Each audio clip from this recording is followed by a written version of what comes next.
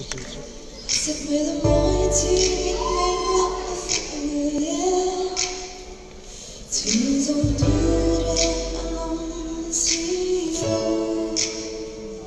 giật mây dù nắng cứ tay tuy lo nằm ngoài mình tôi từng ngày tôi đã quá còn xa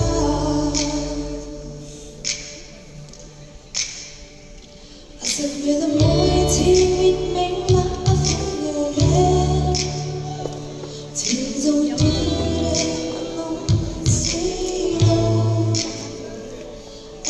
dù nắng cái tay tuy lo nằm ngoài hiên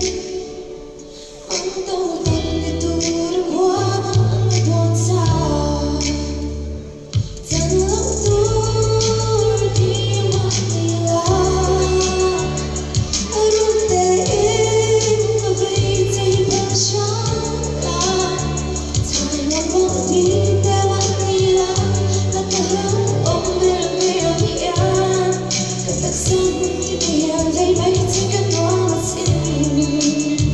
anh thấy yêu ôm cuốn là đoán xa gì chân lội từ bao là đi giờ phía khác có môi